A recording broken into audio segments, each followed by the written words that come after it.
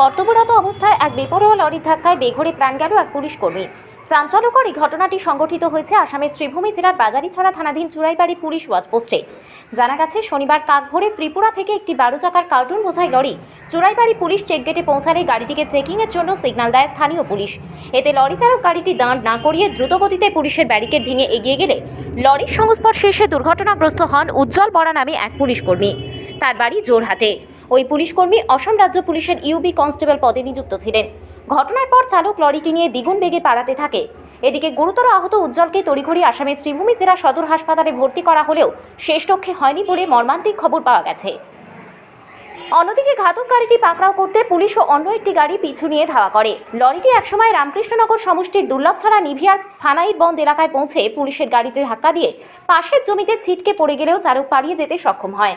পুলিশের গাড়িটিও দুর্ঘটনার কবলে পড়ে বলে খবর। পরে এক্সকেভেটর লাগিয়ে দুটি গাড়িকে তোলা হয়। পলাতক লরির ভিতরে গাঁজা বা অন্য কোনো নেশা সামগ্রী রয়েছে বলে ধারণা করা হচ্ছে। তবে এ ব্যাপারে এই সংবাদ লেখা পর্যন্ত বিস্তর কিছু জানা যায়নি। এদিকে পুলিশ কর্মীর মৃতদেহটি বর্তমানে মর্গে রাখা আছে। মৃত পুলিশ কর্মীটি 2022 সালে চাকুরিতে যোগ দিয়েছিলেন। তার অকাল মৃত্যুতে শোকাচ্ছন্ন গোটা অসম পুলিশ মহল। যাত্রী আহত হয়নি। পুলিশ এবং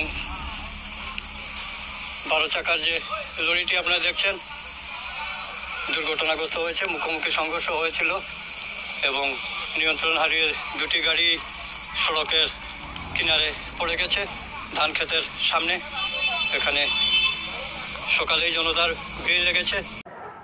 কদমতলা থেকে ভানুচন্দ্রের রিপোর্ট, ত্রিপুরা পাইওনিয়ার।